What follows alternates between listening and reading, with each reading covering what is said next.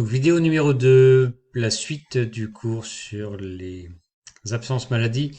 Donc là on est au calcul de nombre de jours indemnisés et donc là je vous apportais donc la correction. La retenue pour absence. Donc ça c'est quelque chose que vous connaissez, vous le maîtrisez. Le salarié était absent du 8 au 24. Donc il ne travaille ni samedi ni le dimanche. Donc 8, 9, 10, 3 jours, plus 5, ça fait 5 et 5, 10, et 3, 13. Donc il a bien été 13 jours absent. Et dans le mois, il y a ici la première semaine 3 jours, les autres semaines c'est 5, 10, 15, 20. Donc 20 jours ici travaillés plus les 3 jours. Il y a une absence donc de 13 divisé par 23. Ce sera la retenue pour absence.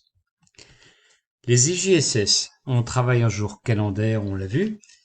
Le salarié, il y a 3 jours de carence ici. Et donc, l'indemnité de journalière de sécurité sociale sera calculée en jours calendaires, donc y compris samedi, dimanche. 1, 2, donc les 2 jours ici. 2 et 7, 9. 9, et il y a 5 jours ici. Donc ça fait 14 jours calendaires. Donc du 11 au 23. L'employeur, lui, la première semaine ici, il ne veut pas l'indemniser et il va indemniser uniquement les jours travaillés. Donc, c'est-à-dire que le 18 et 19 ne sont pas travaillés. Donc, il y aura 1, 2, 3, 4, 5, 6, 7, 8. Donc, 8 jours réels travaillés hors samedi, dimanche. Alors maintenant, on va calculer combien le salarié va pouvoir percevoir d'indemnités, à la fois les IJSS et à la fois le complément salarié. Donc la formule de calcul, la formule c'est les IJSS par jour, donc journalière, c'est la moitié du, en gros, c'est même pas en gros, c'est on prend le salaire moyen des 3 derniers mois et la la sécurité sociale va en payer la moitié. Donc 50% multiplié par les 3 derniers salaires mensuels et on va diviser par 91,25. Alors ça peut paraître bizarre, c'est 91,25, mais en fait, comme il y a 365 jours dans l'année, donc c'est pour 12 mois, donc pour un trimestre, c'est-à-dire 3 mois, j'aurai 365 multiplié par 3 divisé par 12, c'est-à-dire ou divisé par les 4 trimestres, eh bien on trouve 91 jours 25. Donc là, c'est vraiment le salaire qui est calculé au jour calendaire près, c'est-à-dire y compris l'année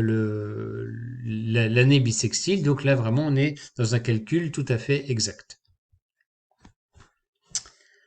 Alors, donc ça, on a l'indemnité journalière. On va en déduire l'indemnité brute que va percevoir le salarié. L'indemnité brute, donc, ça va être le nombre de jours indemnisables moins que le nombre de jours d'absence. C'est pas tout à fait exact ce que j'ai écrit. C'est le nombre de jours d'absence moins les 3 jours de carence. Prenons le cas d'un salarié, il est absent du 1er au 11 septembre, le mois de septembre compte 22 jours travaillés, le salaire brut est de 2000 euros, on va calculer l'IJSS total. Donc je prends le salaire moyen, donc c'est 3 fois 2000, divisé par 91 jours,25 et la sécurité sociale va en payer la moitié. Donc 50% de tout ça, ça fait 32,88 €. Vous devez toujours trouver un nombre entre 30 et 40 euros. Voilà. D'abord parce qu'il y a un plafond. Bon, je voulais pas indiquer, je voulais juste marquer ici, le plafond, c'est une formule un peu compliquée, mais c'est dans les 45 euros à peu près. Voilà, c'est la solidarité nationale est quand même limitée à un certain niveau de revenus. Et donc, vous devez trouver dans les 30, 40 euros, c'est normal. Si vous trouvez 80, c'est qu'il y a un problème. Et l'indemnité brute, c'est le salarié était absent 11 jours calendaires, moins les 3 jours de carence. Eh bien, j'ai ici 32,88 multiplié donc par les 8 jours, ça fait 263,04. Troisième étape, je calcule l'IJSS net. Bon, vous le savez, tous les revenus en France sont soumis à la CSG, donc qui s'appelle la contribution sociale généralisée, et aussi au remboursement de la dette sociale. Donc c'est la contribution de la dette sociale, donc qui voilà permet de voilà de rembourser les déficits antérieurs de la sécurité sociale. Donc les IJSS sont des revenus, donc ça va être que le salarié va être soumis à cotisation de CSG et de CRDS. Les taux sont ici, donc c'est 6,2% de la DJSS pour la CSG et 0,5% donc des CRDS. Ça veut dire que les 263 qu'on avait trouvés ici, eh bien on va enlever 6,7%, c'est-à-dire 6,2 plus 0,5% du montant. Alors je ne l'ai pas indiqué ici, mais vous avez certains ouvrages en fait qui multiplient directement par 1 moins 6,7%, c'est-à-dire 93,3%. Voilà, dans certains corrigés, vous avez ça, mais voilà, je vous le dis si jamais vous trouvez ce montant-là. Alors maintenant, le complément employeur. Le complément employeur, on reprend tout le temps le même exemple. Un salarié absent du 1er au 11 septembre, il y a 22 jours ouvrés, le salaire brut est de 2000, comme tout à l'heure. Donc si je matérialise ici, la première semaine, c'est une période de carence, donc l'employeur ne va rien verser, et la période indemnisable, c'est le lundi, mardi, mercredi, jeudi, c'est-à-dire 4 jours. Le nombre de jours couverts par l'indemnité, eh bien en fait on retrouve bien les 4 jours, ce que je viens de vous expliquer, du lundi 8 au 11, 4 jours travaillés. Le calcul de l'indemnité totale, eh bien c'est 90% du salaire moyen.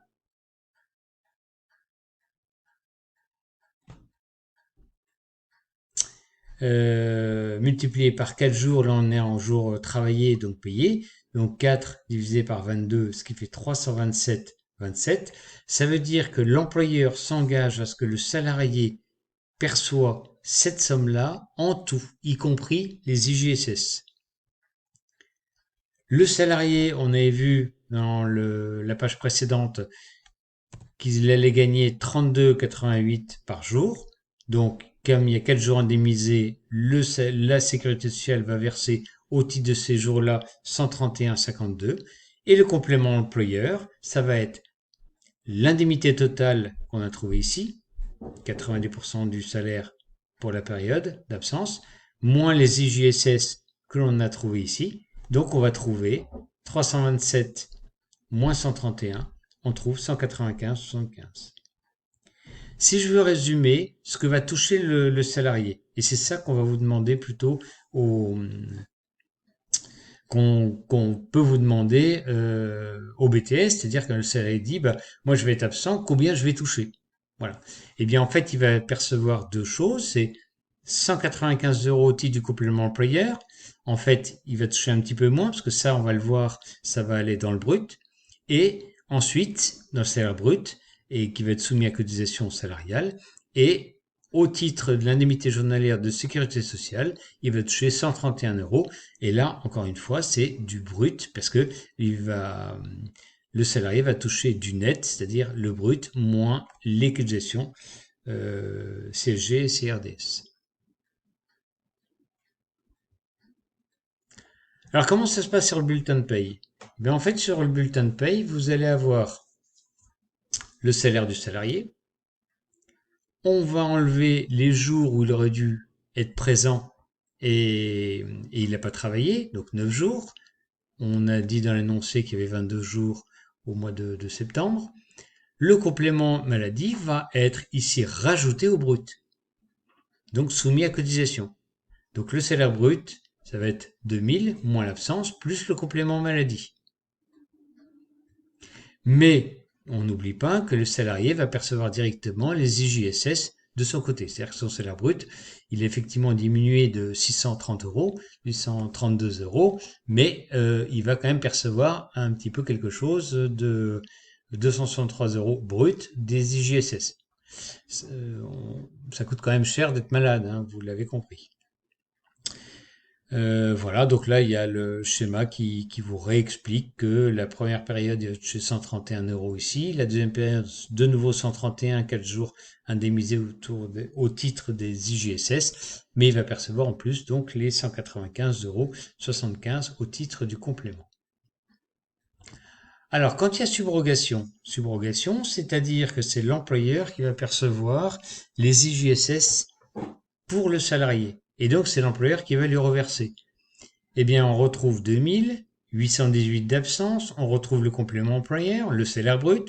J'ai pris une retenue de 20% théorique, donc des retenues salariales. Et en fait, comme si c'était donc c'est un dû que l'employeur doit à son salarié, il va verser les indemnités nettes, c'est-à-dire les IGSS brutes, déduction en fait de la CSG et la CRDS. Donc en fait, le salarié va percevoir directement par l'employeur ces éléments. L'application corrigée. Donc ce que je vous propose, c'est je vais vous présenter ici l'application. Donc vous avez Madame Marie Roux qui travaille dans l'entreprise, 35 heures par semaine, et elle était arrêtée du 9 au 26 mars. Et en fait, elle vous pose un certain nombre de questions. Est-ce qu'elle a le droit aux EJSS et aux compléments de salaire? Est-ce que vous pourriez lui calculer son salaire brut de mars? Calculer le montant de son salaire net si l'employeur pratique la subrogation. Dans le cas où l'employeur offre la subrogation et une indemnité de 100% avec un délai de carence de 3 jours ouvrés, quel serait le montant du salaire net et comptabiliser ce salaire net. Voilà. Donc ce que je vous propose, c'est que je vais vous donner cette application sous forme de fichier et vous allez pouvoir travailler dessus. Eh bien, je vous souhaite une bonne journée. J'espère que c'est assez complexe, mais que vous avez compris. Et je pense que vous allez faire le cas FIAD 4 qui va vous éclairer également à comprendre ces éléments. Voilà, eh bien, bonne journée. Au revoir.